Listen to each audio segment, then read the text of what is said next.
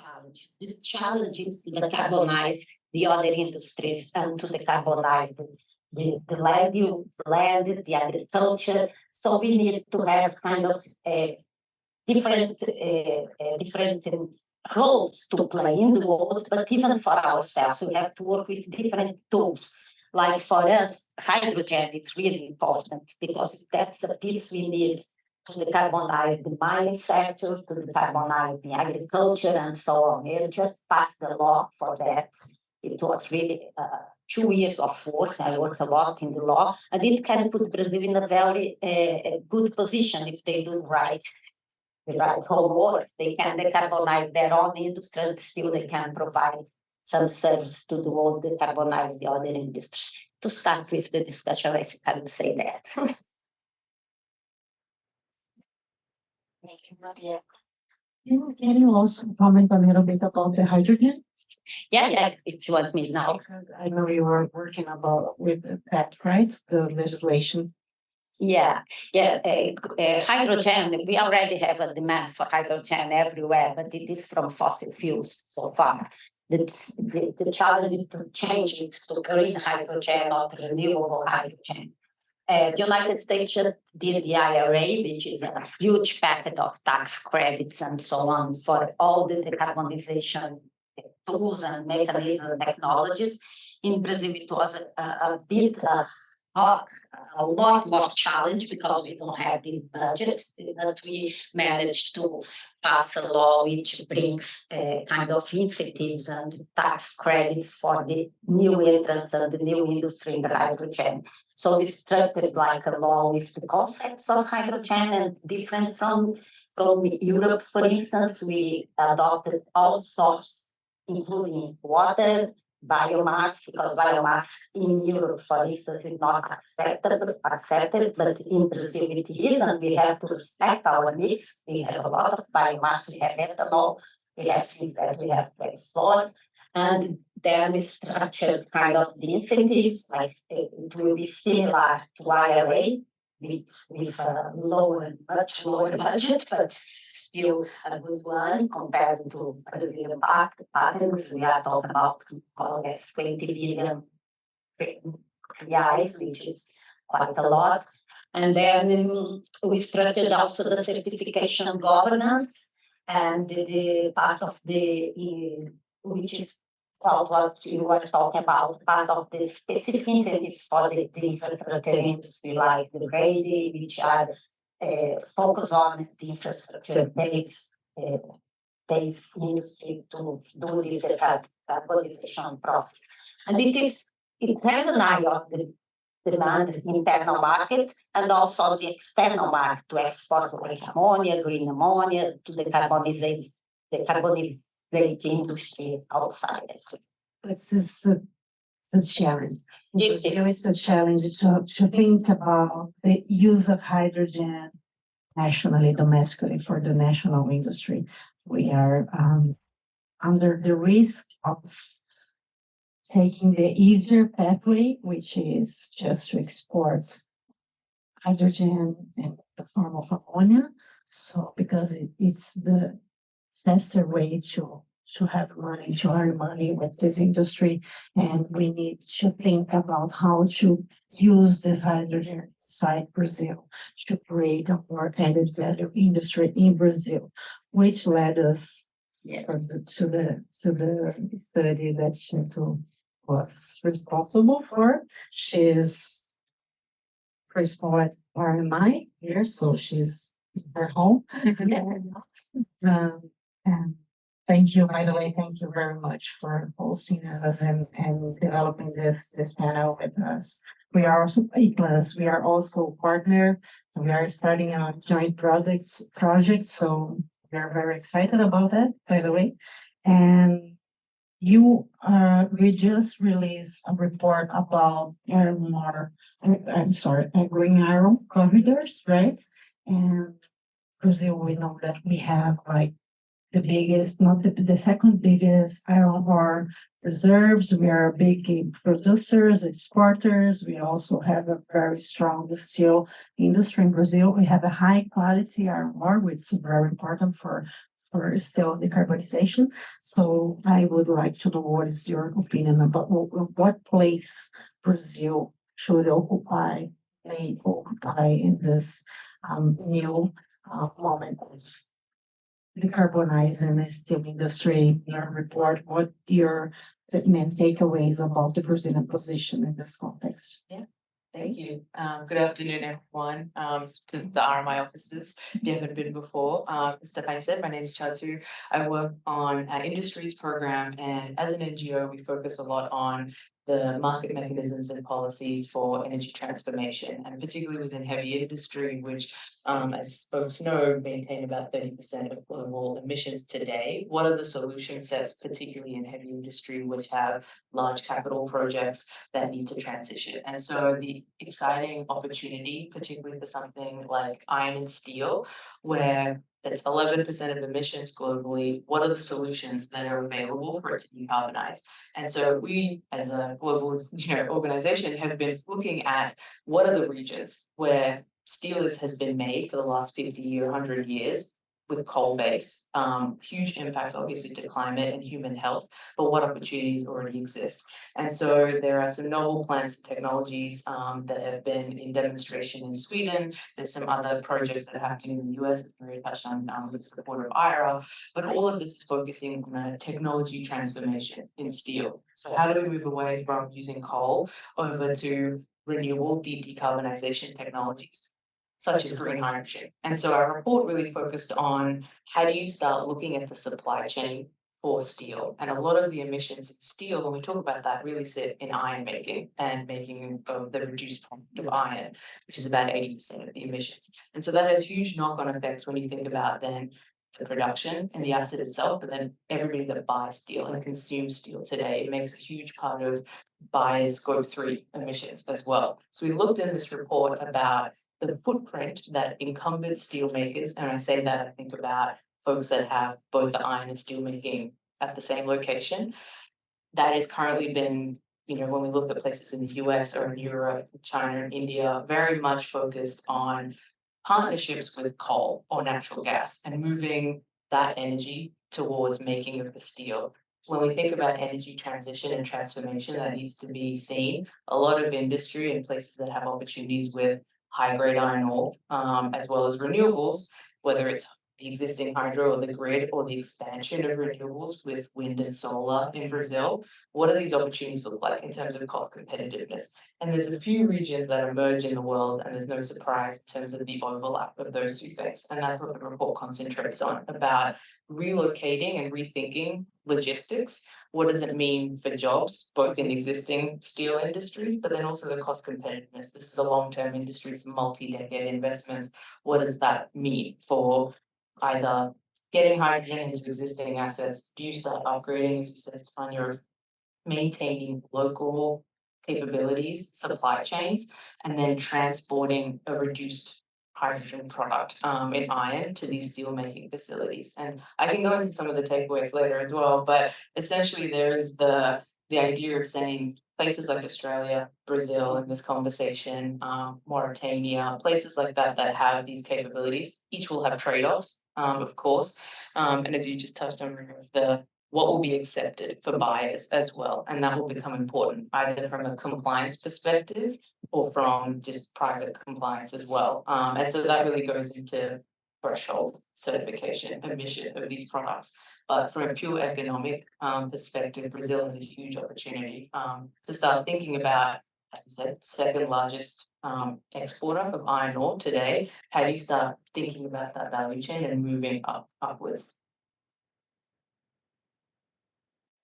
Yeah, this is the big challenge to keep not only the hydrogen but also the iron ore inside Brazil and put these two things together and created a more added value for this project. In this sense, this is something that we have been discussing a lot in Brazil, how to increase the complexity level of our economy, because we see in Brazil, if we take the numbers of the participation of industry in our economy, we are losing space year by year. Like in the 80s, we had a much more stronger industry. I think we know that it's a global problem. It's not only in Brazil that is happening, but from the Brazilian perspective, we see now that we have this new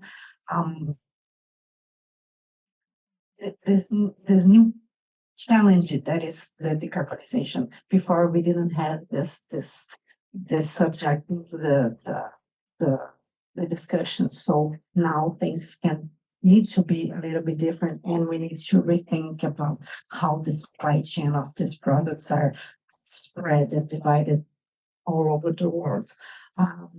Maria, in this sense, what do you think? So we can see here that Brazil has a lot of opportunities, right? Steel is one of the industries. We have aluminum, we have glass, we have the same thing that happens with steel. We have like a lot of other industries that have exactly the same problem in Brazil. But what do you think today is the main challenges for Brazil to achieve this position of a big supplier of green products, not only an exporter of energy, of renewable or materials?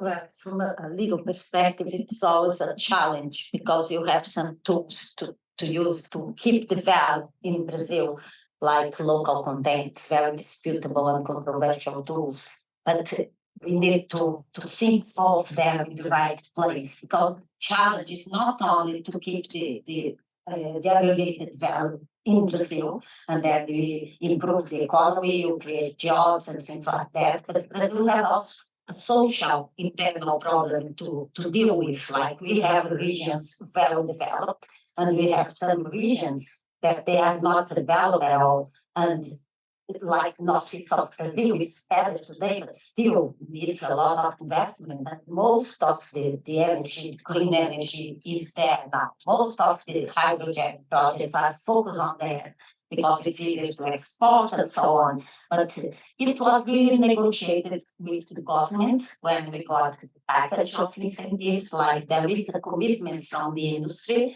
to give back some jobs, to give back some relocation of resource, know-how, education, capabilities, improve of capabilities. It was kind of a trade-off with the government in exchange for this first, let's say, incentives for the first comers in the industry. And of course, it needs to be monitoring to see if the industry will give it, but it was kind of a precondition to have incentives. And I think that's part of it, not all. And it is good for Brazil to export not only the energy, but even, I know it's controversial, but we need to export at some point because the market is ready to buy. So you need that to kind of leverage our internal domestic industry. But we need to do it, let's say, in the right way, because we cannot do it first and then do the internal market. We have to have both. And the law doesn't really choose a path. It is open to all the opportunities, and if the domestic market is ready for that, we'll have that. And we need also mandates. I think if you have mandates to decarbonize the internal industry, it will be quicker. Like, that's the thing I'm working with now. Sure. Demand. This is the important thing. By the way, Maria, this is very what you were talking about, the difference this region thing in Brazil.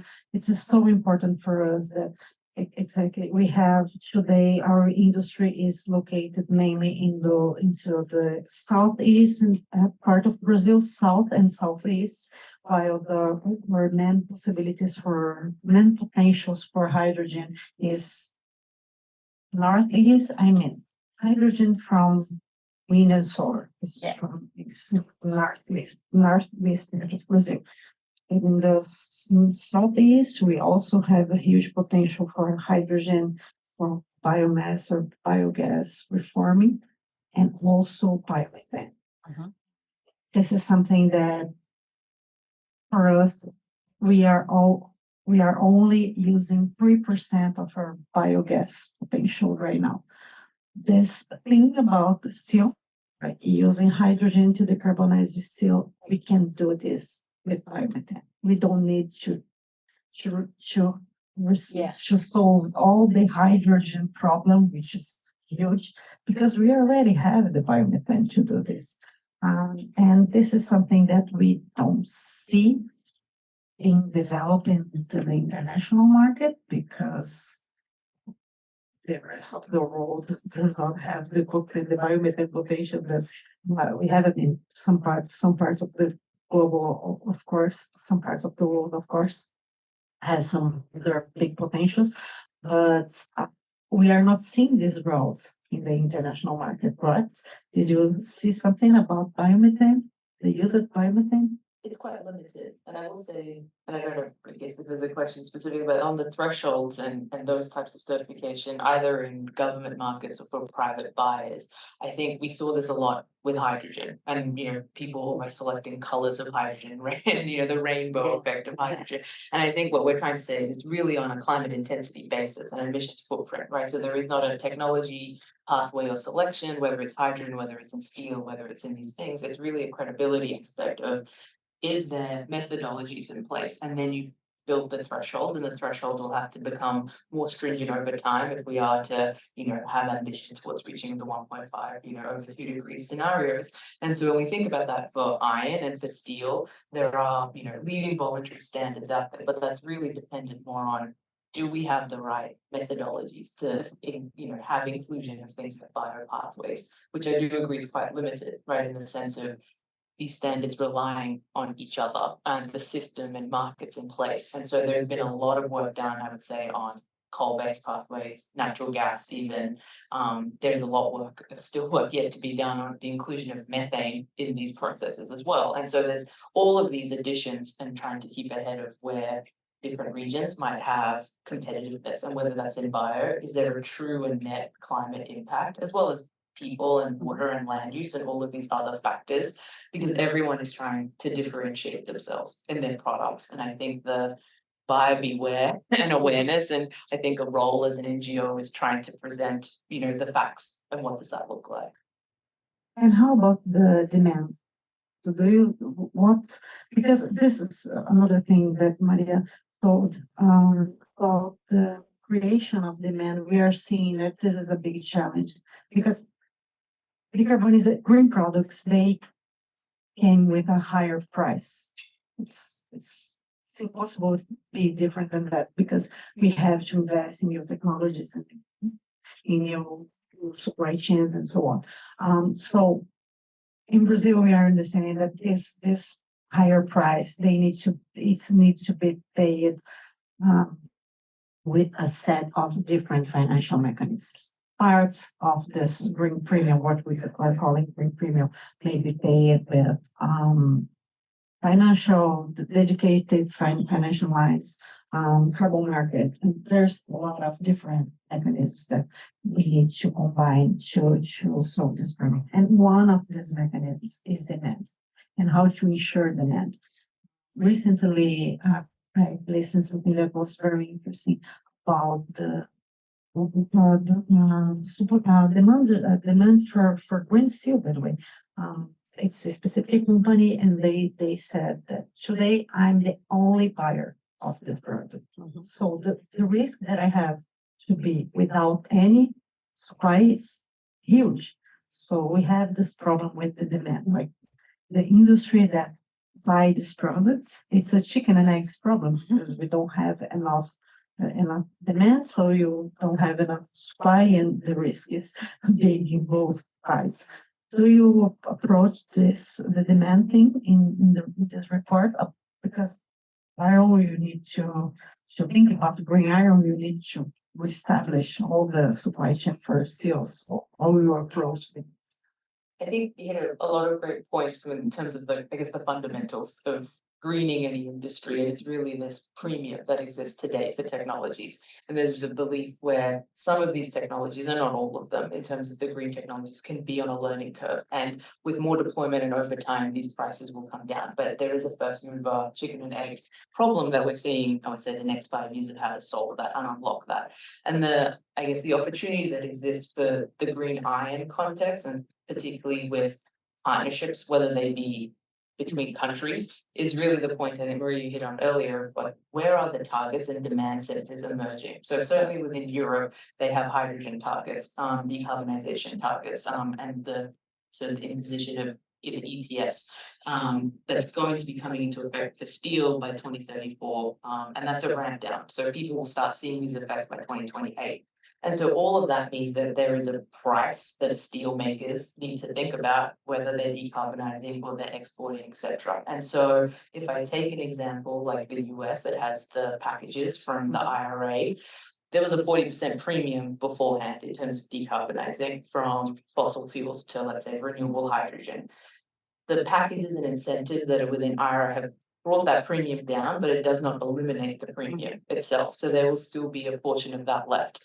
Then we look at other markets and these sort of first mover projects where a lot of the automotives in Europe have come forward and have made claims, like for the H2 Green Steel example, that they've gone through and a rebrand, and I'm still getting my head around the Stegra. But that company has, looked towards automotives, Mercedes, Volvo, etc., that are saying we're wanting to, either for brand purposes, reducing their own scope 3 emissions, willing to pay a premium. And the premium is not for their whole entire fleet because there is a risk of supply.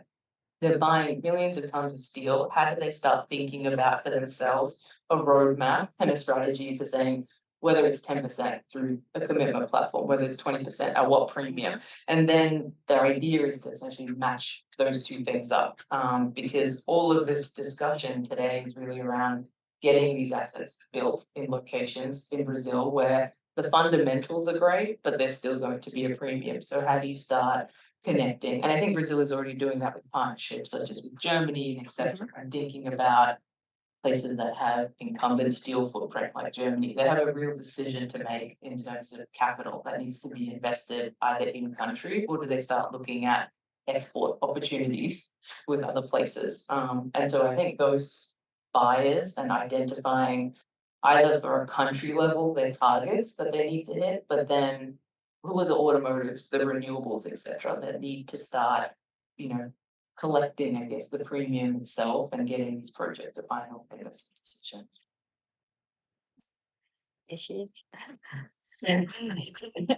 Great. Idea in regards to this point, there is a lot of things going on in Brazil. That's right. We have the good thing is the good news is there is a lot of things going on in Brazil. And also the bad thing, the bad news is there is a lot of things going on in Brazil. People are a little bit confused right now. We have very different government initiatives right now going on. We are developing the taxonomy. We are developing the new, what we call new industry Brazil. It's a governmental plan for new industrialization in Brazil. We are developing what more? There's much more. Biofuels, the biofuel of the future. That calls Biofuel of the future. Fuel for the future. Right? Yeah. We also have carbon markets. We also have the ecological transformation plan, which is very interesting because it's being led by our finance ministry, not for the climate and environmental ministry. We are also developing the mitigation plans. A lot of different governmental initiatives, and which is good because finally with this government we have again a strong agenda for industry and for climate, which is something that we had lost. So it's very important, but there's also a lot of things to do, right? What's your opinion from the regulation point of view of all these initiatives being developed?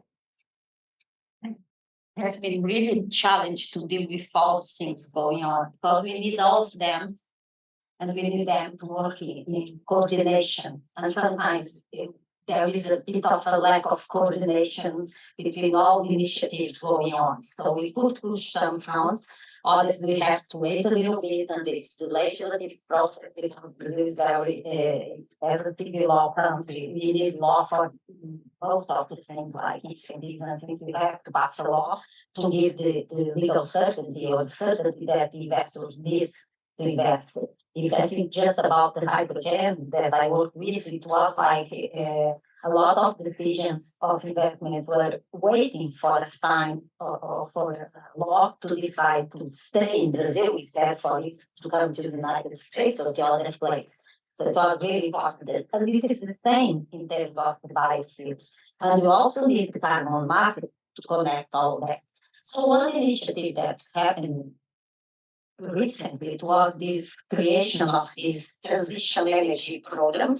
It was very controversial to some aspects because it also talked about gas at some point. But the idea is to bring some kind of coordination among all the policies so we can navigate a bit better. But it has been, as you said, the last government, we stopped everything. And then we had to put everything in this government like in a rush to some extent, and we still decided to roast the crops, so everything is like a bit in a rush. But for once it's good because we have a lot of work. But sometimes you run the risk of having some not so coherent conflicts going on in different fronts. That's what I see most challenge seen from a regulatory point of view is to get everything in the same direction. But for sure, we need all the instruments we have to put something meaningful in place. Okay, very nice. I would like to know if some of you have some questions that you would like to do. Listo. Yes, because of the people that is the online. Thank you for the invitation and the beautiful view.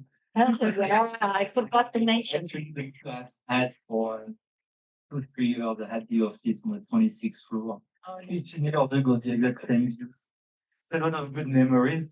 Anyway, I work on trading on zero emission vessel, maritime transport, and one of the big development are green corridors, where basically ports on each side of the corridor will be able to deliver zero emission fuel, whatever they will be and how much available there will be. I'm curious to know what, if that's part of your field, what Brazil is bringing into this initiative of decarbonizing shipping.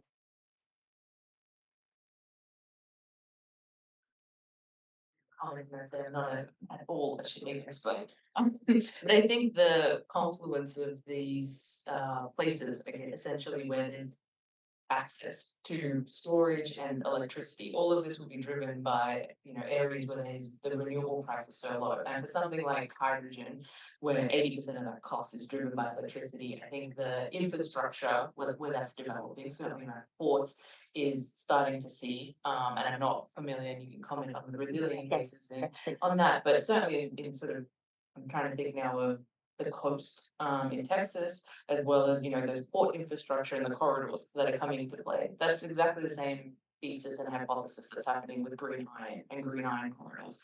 How do you start prioritizing the fuels for the different end use markets? I think that will really start becoming a policy decision for these regions as it comes through in terms of which of these products can enable a higher GDP growth, local economies, etc. But the fundamental molecule or the base of that is really transiting around ports, essentially, and upgrading.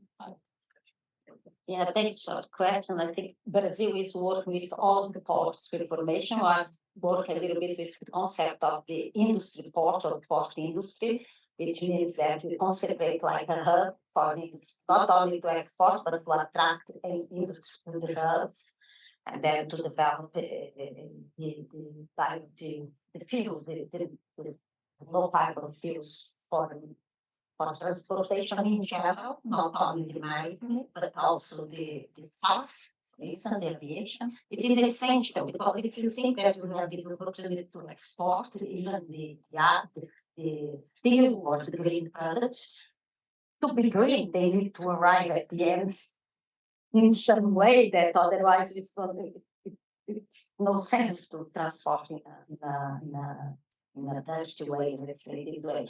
So it is essential, and this new law that I work with Biofuels of the Future is in this program is direct to decarbonize this kind of transportation industry in general. It will depend on the framework, but the main principles are in the law already. So now we're going to develop maybe the framework. And the other thing that government sits and talking about and discussing, and I've been working a lot there, the institute is working as well, is something like a mandate for the industry, like the Deforestation project or things like the aviation to meet demands, to bring demand to the game, let's say. They will have to. Seba is doing the same role, I think.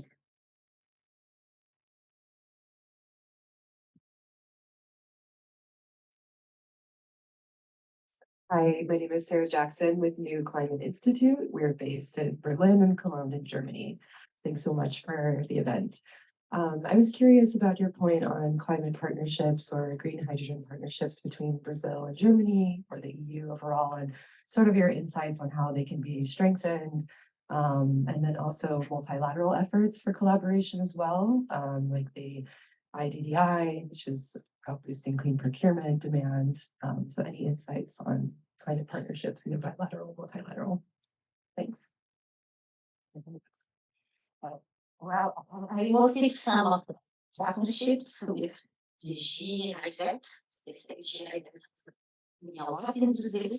They developed studies years ago, actually trying to map the potential for instance, for wind offshore or for things like that to know the path and to know where the potentials are. And I think coordination is one of the pillars of the collaboration is one of the pillars of our program of decarbonization, the whole industry, because we know we need a lot of technology.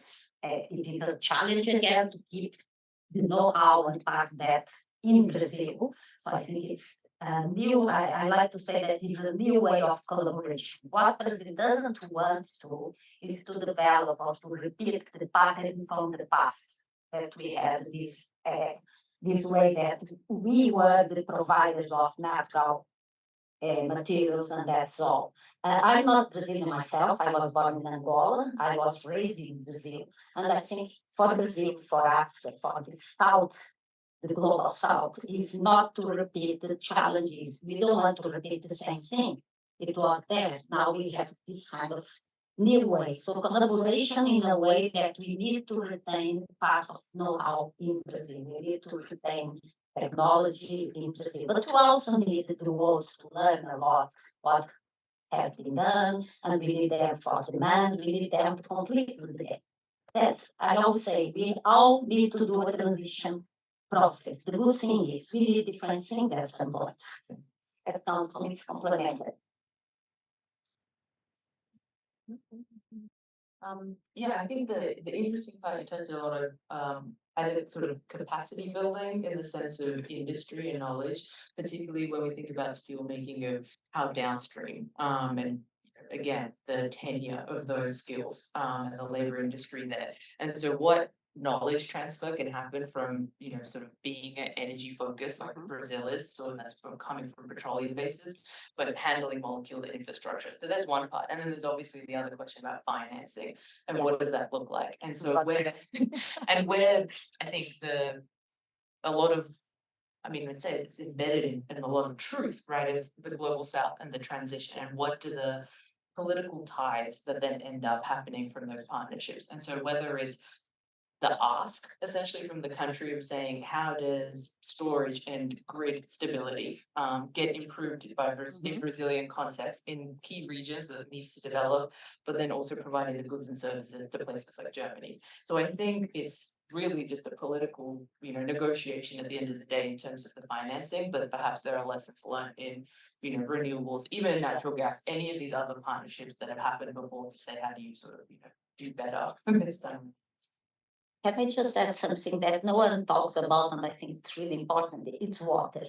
Because everything needs energy, but needs water as well. And I think water has been a problem everywhere, even in Brazil. I was raised believing that Brazil was an endless water place, and it's not anymore. So people think about, even for hydrogen, oh, energy. And how about water? Water is, I think, is not the next, it's on the door of being our next problem, to be honest. Already is a problem. So I forgot, but I always say that we need to think about how to use better our water. I completely agree. So we divided this panel into blocks, and the first one was that, and now we are gonna start the last one. I invite you to stay. I can just stay here. So I will ask for Laura and Rafael Join us. Yes, I just to join us. We have this first.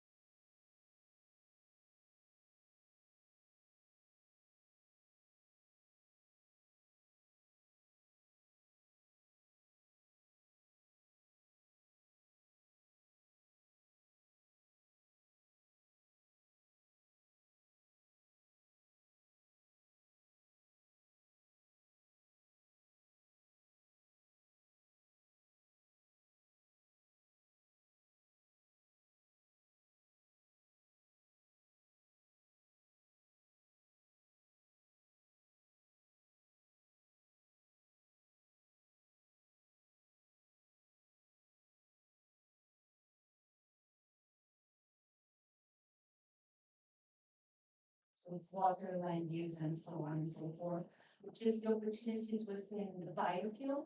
So not just the basic biofuel with ethanol, but all the advanced forms of biofuels. So there's a lot of discussions going on, especially when looking into a European perspective and trying to make this more global. There is always some questioning relative to will it be able to be expanded and not compete with food?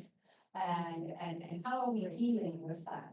But there is a lot of discussions, and at the moment, and especially within SEBI, I've been dealing with a lot of these discussions, especially to provide information in terms of, yes, it's able, so Brazil, and not only Brazil, but India, this is true for India, this is true for the US, and this will be true for other parts of the world where yes, we are able to continue expanding food frontiers, but doing it in a more sustainable way. As the same thing for cattle, for instance, that you can produce in a much sustainable forms, and in lower and using less of the land. So within the biofuel industry, there's a lot to be discussed within sustainable aviation, biobanker, and biogas. So all of this are technologies that we are really starting to see evolve, and there's huge opportunities, and even bonding together the fossil fuel industry, because since these are drop-ins, we can blend them and start enhancing the blending within the fossil fuel. So instead of like disrupting infrastructure, because when we're talking about electrification, it's easier to think of electrification in some parts, especially in the developed countries. But in developing regions, it's pretty complicated. So, what we are trying to discuss, and we've been discussing this with several different forums, is that it can be just one solution. So there are several solutions, and it has to be cost effective, so that we can be doing this in a way that is just. So within this landscape, this is a thing that we have been discussing. There's a lot to continue to evolve. There's even ethanol producing hydrogen through ethanol, which is true as well. And if we bond that with carbon capture, that is a technology that we will see grow a lot. And Brazil has been evolving. Petrobras, which I worked for them for 17 years, and one of my last roles, I was pretty much involved in discussing this kind of technology. So there's a huge amount of space. And something that really strikes me is that if we bond, and US has been doing this, in Brazil, we have like a pioneer company called FS Energy, which is half Brazilian, but it is American as well. And they have been doing bioenergy, carbon and capture and storage. So we can even get to negative emissions. So these are some of my initial thoughts. I have lots to say about energy and this. Biogenic CO2, it's a very important thing to mention. The direct air capture and the capture of CO2, fossil CO2, are very, very challenging. But when we have the production, for instance, the production of ethanol, we have a concentration of 90% of CO2 in the process. So it's very easy to capture this CO2 compared to other sources. We already do this in Brazil and use it into the beverage industry, but it's a very small scale. So Brazil is this huge storage, this huge producer of biogenic CO2 that we can combine with this hydrogen and produce SAF and other very high, other fuels, biofuels, and very few places in the world has this amount of available biogenic CO2 to develop this industry. This is a very important point that you mentioned. Just wanted to ask, this is also being questioned a lot in terms of, because it can be, especially if we're talking about the sustainable aviation fuel and the green maritime, it can be just like a solution for Brazil. So how would this come along, like the green corridors for aligned with SIA, with IMO, which are the International Maritime Organization, and then the Organization for Aviation. So it has to be like a global, but then again, there's a lot of opportunity with bonding this with different countries. And even as we approach in like 2025, which will have like leadership of G20 going to Africa. We expect to continue this conversation there because these technologies and the land use is something that we will be able to discuss with them. Laura. I know that you have a lot of years of experience, as I said, with industry, working very close with industry in Brazil. So my question for you is very easy. Brazilian industry, they are ready for all of that. Like Brazilian industry is just this is already happening. I mean, what do you see is the big role of Brazilian industry in all this process? And if you also could talk about what are the challenges and the big opportunities from this point of view. I think you got the most difficult question. Yeah, I kind of agree, but just before answering specifically to this question, I just want like to quickly comment because it's a coincidence that you mentioned the case of FSBio, because we are the company helping them with the methodology of monitoring and reporting their bioenergy carbon capture and storage project. So just this is The lawyer of them, so. oh, okay. So we have the lawyer and the You are the lawyer of them. Amazing. In this project, so we didn't know. I didn't know that. I didn't know that as well. Beforehand of the panel. So. And I did I. Okay. So just to comment on that, and just to end and share something, I can remember who made the questions about the port. But on Friday, Future Climate is also an ambassador of the Net Zero Ambition for the Global Compact in Brazil, and they have a working group of the national ports that gathered together and developed a guide for decarbonizing the ports. And its development was launched on Friday. So it's publicly available now. And the person who led this work was invited to come and she said she was in the way, so it would be a nice connection. Okay. So answering in the difficult question now, I want to share a little bit before like all the intro. In terms of opportunities and challenges, I think the first thing that I would answer to Okay, sorry to interrupt you. it's okay. I think I actually prefer this Old style. yes, old style microphone. People that are online, it's better for them to listen with this microphone. So Oh, all of us were We share. Okay, we share it. So Stefania, your question was related to if the industry is ready, and my answer is we do not need to be ready. We need to start. I think that if we wait to be ready, we're not going to do what we really need to do, and that we have the urgency to do. So what I would like to share with you here today is much more a place where the industry in Brazil really needs to understand the regulation as something that helps the development and not that makes it more difficult. And I bring this point because not because we have a lawyer in the panel, but because we have been discussing carbon pricing in Brazil since 2005 in a very technical way, in different models and everything in proposals. And with the carbon border adjustment mechanism, the industry that is going to be impacted mainly is steel and iron, not only fertilizers and everything, but in Brazil, especially iron and steel. They like to coordinate themselves. And there was a study that was launched by the International Chamber of Commerce in Brazil and We Carbon that really presented the benefits of the country having a compliant national market, helping the industry to get prepared to the carbon border adjustment and starting to see that as a competitive advantage and not something that will create barriers.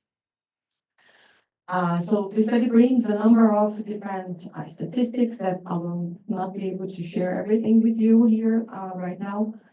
But for me, this is like the key point. We need to make the regulation, like work in favor and work together with the regulators to put this emission trading scheme that has been in discussions and has been since last COP in a voting process on and off the table for, I don't know, 50 times, more or less.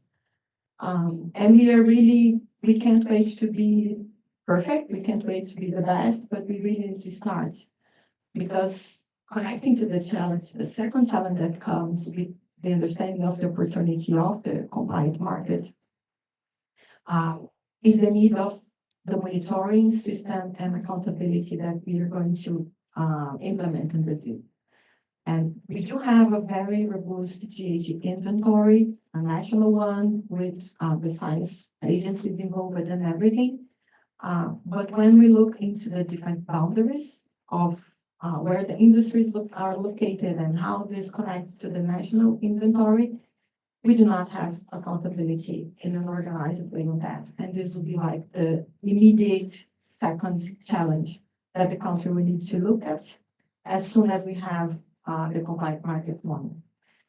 So I think the key thing that I wanted like to share with you all is really related to the necessity to have this regulatory framework and how this will help the industry, especially the really hard to abate ones. I mentioned steel and iron, but also cement in Brazil, to position themselves with our government, with the regulatory framework for the carbon border adjustment. Okay. So I'll stop for now, and there is more to share, but let's be around for this first challenging question. Very good.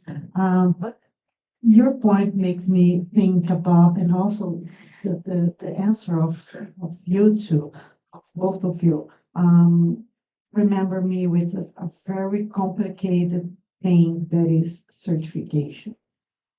Because, yeah, we have a lot of homework to do in Brazil because accounting carbon in Brazil is not an easy task. And we are listening this from industry that the supply chain of Brazilian industry, when we talk about small and medium companies, we have a huge problem because a lot of these companies don't even know where is carbon inventory. So this is not a problem solved. We still need to do a lot in emerging and developing countries to capacity building, in terms of capacity building and also tools to develop the carbon inventories. So this is not a problem solved. So there's a lot of things to do inside, but also outside abroad, because when we talk about bioenergy, biofuels, in Brazil, for instance, 11% of the Brazilian steel production are from biochar. It's a very Brazilian route, very Brazilian way to produce steel. And this is not a route that has been considered into the international market for green steel, as a green steel. Of course, we need to ensure that this biochar, it's being produced in a sustainable way, not only in regards to deforestation, but also in regards the quality of the jobs and so on, a lot of water, the particulated matters. We have a lot of things that we need to ensure. But we have this route, and I think this is easier than hydrogen, for instance, for steel. So I would like to know from you both about regulation, certification in Brazil, but also abroad. How can we solve this problem? And yeah, I just remember another very easy question, right? Very easy question. It's easy, complicated, but I love to start mentioning it. As coincidentally, at the moment, I'm doing some work for the government relative to fruits, sustainable. How do we implement? If actually, it's more complicated because if when companies deciding to go through their process and they must do it, their process of decarbonizing the hard-to-abate, especially steel? Do they consider environmental and social indicators when choosing the routes they are going and the paths they are going to go through? So and it comes with regulation, it comes with what is certified, what do we consider, what don't we consider within this map. So I'll bring not solutions, but all the different perspectives that are in place and bringing it to a global perspective as well. So it's first and foremost, it's interesting that depending on where you are discussing this with, so if you ask for Germany, they will say, of course, it's true green hydrogen, and you have to produce steel, and the way to decarbonize and move forward is green hydrogen. But and then when I started this work, and I said, look, first of all, hydrogen does not have colors. So one of the first educational processes we are bringing upon this discussion is that the importance is that we get to solutions and energetic solutions that do not consider if it's the route, the technological route A, B, or C. All of them must come in place and they must compete. Because if we want to make a just transition, we have to remember that there are billions of people that do not have access to the energy yet. So this is one of the first things that we were, when discussing this, this technological, and then it will come with the regulation, what is considered and what is not considered. This is an important discussion. And you're mentioning it in the regulation, but also in the financing. So for instance, and I will bring an example here, recently the Brazilian Development Bank, they issued a bond, and within the bond, so that they could be able to issue the bond, they could not link the sustainability bond with bios, because bios was not within the items considered to be renewable. So there's a lot of, and so when engaging in the global discussions, what we have been trying as a think tank and as ONGs and civil society abroad and bringing this information forward, we're trying to really battle to have transparency in terms of, look, are we really discussing energy transition, or are we discussing industrial policies here and how to protect market A, B, or C? Because unfortunately, what we have been seeing, and we had a very interesting report that I will be more than happy to share from the I don't know if it was World Bank or I think it's World Bank, but they had a brand new observatory looking into industrial policies and how incentives or protections have been applied. And then you just see like barriers. Europe, United States, China. Europe, United States, China, one against the others, but then all the developings and other countries trying to struggle, where do they fit? So coming back to your question, there's no easy answer, but if we really want to move forward with regulations and with certifications and with the financing that must come in place, for all of them, what we will need is a lot of transparency, and that it's not route A, B, or C. The big question is, how much carbon content do you have? How much is the level of emission doing this way or the other way? The methane, that we are only discussing carbon, but there's a huge path to go if we're looking to methane as well. So this is the level of transparency that we need to cover when tackling any of these, so financing and regulation, all of them. I know you have a lot of knowledge in this sense as well, in this field, but I would also feel free to react, but I will also like love if you could talk a little bit about education for small and medium companies and this relation with supply chain and the financing, how to connect these small companies to finance. Great, thank you, Stefania, for that. And I'll just add one word to everything that you mentioned, Bella, that is traceability. Transparency and traceability, because when we talk about like the footprint, carbon footprint, water footprint, and everything, we do have the ones for and against all the methodologies of labeling and everything. And it's very different when we talk about the global commodity market and when we talk about the small consumer appliances and everything. They both have different impacts when we're talking about society and shifting the different markets that want. But talk a little bit more in terms of how bringing all the stakeholders together is so important and the point of education and capacity building. And I'll bring another example that we brought up about biomethane. So when we want to develop biomethane in Brazil, this means that, for instance, when we're talking about the pork industry, we look at the farms in Brazil and how we're going to capture the methane that is not treated with all the waste disposal. And I have like small farmers. I have maybe big rich families, but I don't have a huge industry because the huge industry is already like an open market and has other regulations.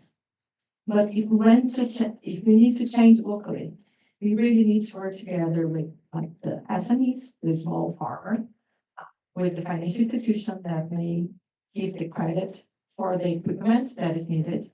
And for that, they will need KPIs to follow with the performance of the production of that biomethane is really reaching the potential of the equipment, biodigestion, and so on. You need the project developer together because the small farmholder, he doesn't know how to put the project to produce the biomethane, monitor, and generate. And the only KPI that they have is like, I'm selling it or I'm not selling it. So we have been talking a lot with IPLUS Institute, and for independently on the chain that we choose of which commodity that we choose. If we do not connect the different link chains from where the production starts to where in the port it's going to be exported, we're never going to be able to really understand the bottlenecks that we have. So the need that we have to work with like anchor industries in a region and then connect these SMEs, the small medium enterprises, the local associations, and the local financial institutions, and put all of them together because when the local farmer goes for credit in their big agency, the bureaucracy that they will find will make it unavailable to reach the credit specific to that specific biofuel. So one of the things that we are proposing together in the project is really connecting these different actors locally for a specific product chain to understand the need, to understand the bottlenecks, and then the need to address the links between these different chains because they will have the local solutions, not the real research paper from MIT and so on. Right? Not making this disposable at all, guys, but just the local solutions are the ones that we really need to look because they're going to have the local impact with the society and the community and the small business. So I really like the example of the biomethane. This is something that we are personally working with a bank, the Banco do Brasil, the Brazilian bank, a public bank, together with farmers, with the bank, and the producer of the biodigesters, to put everything together so that we can generate the biogas and be the drop-in fuel. So this is one example, and I'm quite sure that the logic of putting the different players together that really have different languages, different values, different KPIs, and we will not solve if they are not together in the same room trying to solve how to decarbonize, how to create value together, to make a certification together, because everything will need to be traceable and transparent. So this is like one of the cases that we have and have been working with. And we really intend to make these for different commodities as well, for iron and for steel, and in regions in Brazil that are separated from the traditional industry regions that are São Paulo and Rio de Janeiro and Minas Gerais. So going to the north, where we do have the charcoal that is inputted to the steel industry, and working with these different regions as well to find these solutions. So I think the answer for the questions was very linked to the capacity building of the local solutions with the small, medium enterprises, with the local financial institutions, and an anchor company that really creates the key demands for exporting a specific product or finding like key clients that will purchase amounts, relevant amounts of that product that will be newly delivered. So I'll stop here. Amazing. I think that today we could talk with a very different, very diverse points of the role of Brazil. And for us, for people from Brazil, like people that are working with industry and energy, it's been more clear that for Brazil in decarbonization, our main emissions are not in industry, are not in energy. Our main emissions are in land use, culture. So for us, decarbonizing industry is a way to develop our industry. For Brazilian industry, decarbonization should must be vector of industrialization, of modernization of industry, of growth of industry. So it's a very, very different, because we see that Brazil has this potential to help the rest of the world with green inflation. We have the potential to produce green goods with a lower a lower green premium, because we have a lot of facilities, we have a lot of advantages in Brazil. It's not only the renewables, we have the raw materials, we have the infrastructure, we have ports, we have a very strong power sector with a very strong grid, we have land, we have water. Now we need to take care of this water, but we have, and we have a lot of potential to develop this industry. I'm sorry, it's just because I had something to add regarding the example that I made, that I didn't finish like the business case, because it really connects with the first thing that I mentioned regarding the combined carbon markets. So for this biomethane project that we are developing, for all of them, when we look at the cash flow, to make it viable and for the bank to approve, there is an economic instrument that is making difference and the internal rate of return of the projects, that is selling the carbon credits that the project may generate. So, and this is selling the carbon credits in the voluntary market that we have today. And I'm not going to enter in any of what Brazil is going through in the voluntary carbon market. This is a land issue, not a market problem. We know that the market needs improvement. But the instrument of carbon pricing, of the carbon pricing in the voluntary market makes a real incentive for the small to receive the revenues and make the project viable to be implemented with the financial institution. So when we put this business case together, like we see how much in terms of opportunity of new revenues we can generate for this type of business that are not scalable yet. And we also see the opportunity to connect this with the compliant market that we are discussing, because they have a connection. Because who needs to decarbonize and reduce really needs a strict cap and a gradually stricter cap over time.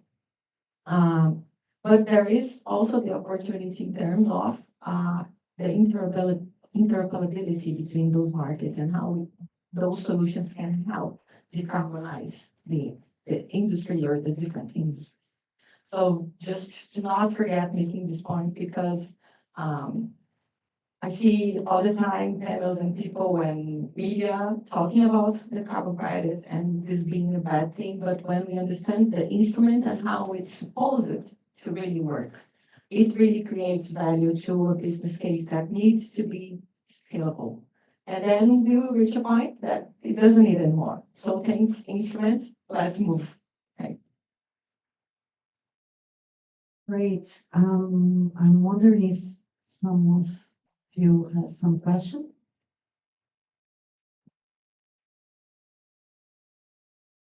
Awesome, thank you so much. To keep going on the biomethane thing, I was just wondering if, obviously a lot of costs for those projects, a lot of infrastructure changes that could happen. Kind of just want to get your opinion on, like, what is the best end use for biomethane available in Brazil now, and why? Thank you. I'll start, and then I think it depends on the region. Yes, because of the infrastructure. So we may have cases when we're talking about small farm holders that may be generating and transporting and using it like for energy generation will be really better for the cost. When we talk on a more scalable amount, starting drop-in, and we have like a small share of natural gas and biomethane that has been included in our grid recently. So it really depends geographically where the generation is happening. And I can share some studies. I'm not the expert on that. Maybe Rafaela will know better. But really depends on where in the country the generation is located, so we can have the most efficient use. I think upon this is a good part, because when we're talking all the bio opportunities, they can use the existing infrastructure. So if they are scalable and in large scale, so what is the complexity within the biomethane, so bioforms of gas? It's that you have to really be able to scale it up. While it hasn't scaled up, so for small producers, it can be like the same idea that we are applying for the solar panels. So you can consume it in your own facility. So the places that use fossil gas, you can start putting like the biogas, and the infrastructure supports both. Of course, you have like a blend, because then you will deal with some level of corrosion depending of sulfur and other. But putting that apart, like for the determined amount of blend, you can use it. So you can go like the smaller producers can use it independently and like for their own. But as you speed up, and then you can have like different forms. So Laura was mentioning for the ones that are produced with the porks, but then you can have them where you have like those, I don't know how to say this in English, like the production of rubbish and like waste. Yeah.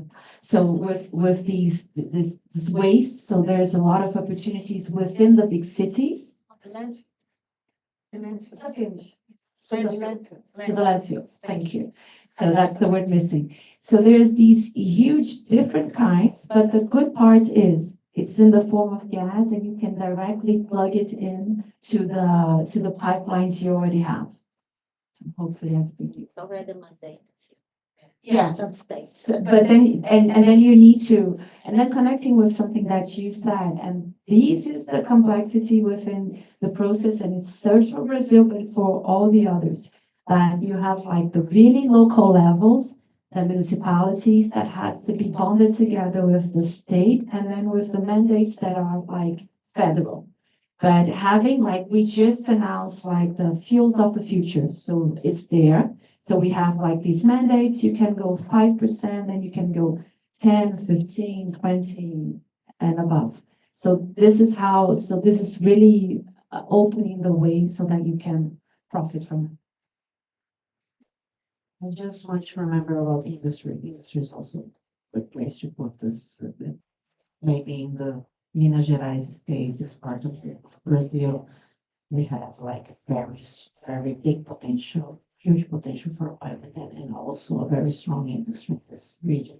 Also, in the countryside of São Paulo state, we have a lot of potential to produce biomethane, and also big industrial um, industrial parks, so we can connect. Brazil, we need to think about regions, and I think from a global perspective, it's very nice to have this perspective of local, because it's not, when you talk about local, it's not in a country size level. We really think we really need to consider the local communities and the available solutions. So we need to be careful about the data solutions, things that we know, we think we know, but sometimes we don't, because locally, locally we have a lot of different potentials. I think I will move here. I don't know if someone wants to mention one more thing. Expand or let's take this last question, and then if you want to make some final thoughts, then we can. Thank you. I had a question. You mentioned deforestation at one point, and I am curious with the EU deforestation regulation and SBTI flag coming out, and kind of becoming more important in the supply chain for traceability, like you said. Is that going to impact things in Brazil and some of the things we've been talking about, or do you feel that's already been part of the conversation? And so it's not going to be too much of a challenge. I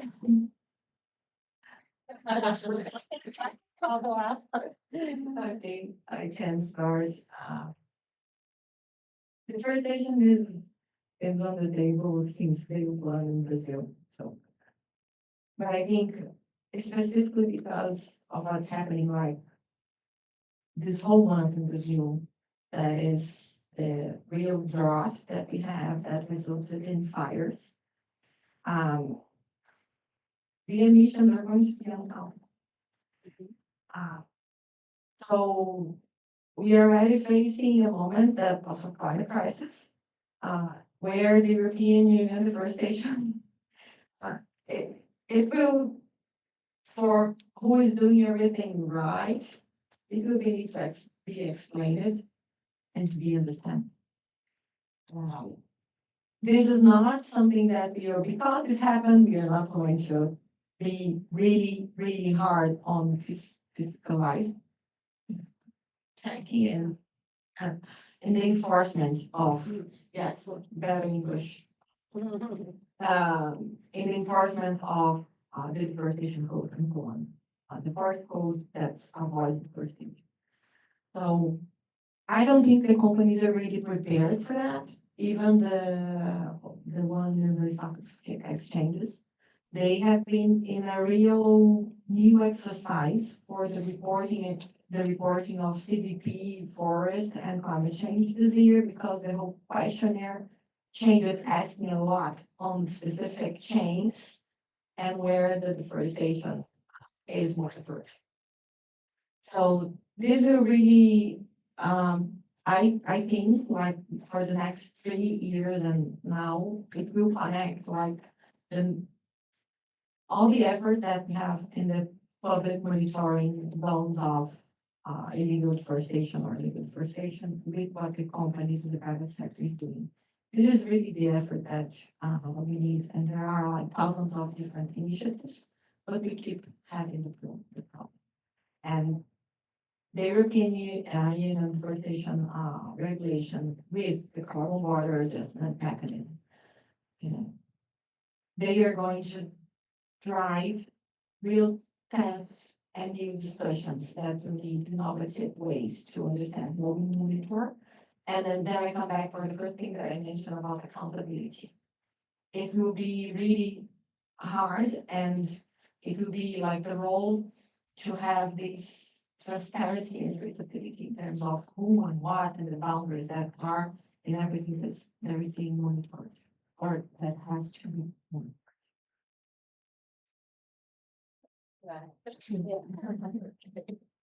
Someone else want to mention something?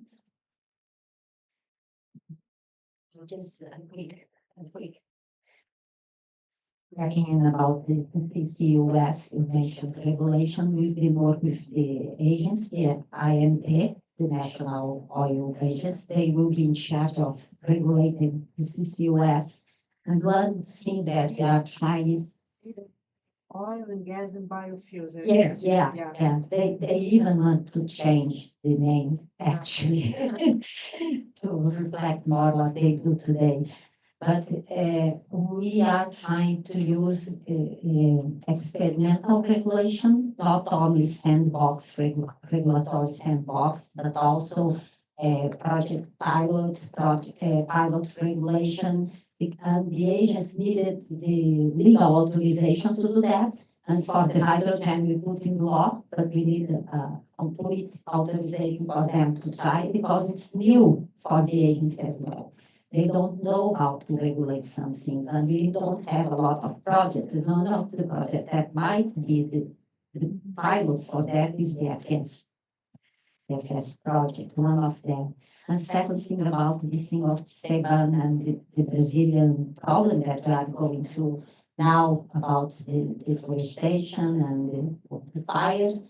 I think the regulation is fair enough to have a regulation, but at this moment, particularly for Brazil, because we went through this catastrophe, I would say, this problem would be more a penalty than a regulation or a policy to think about. So it was a bit out of the completely out of the policy control, let's say. It's not an excuse at all. It is a problem. We have to sort it out, but it's not the base to set a fair policy, let's say. That's it. Thank you. Thank you.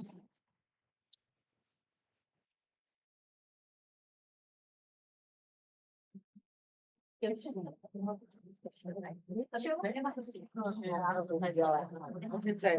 have a card, but I have an email. Do you have a card? No, I think I have.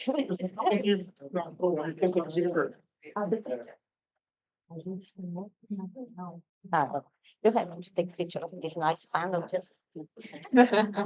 Not too.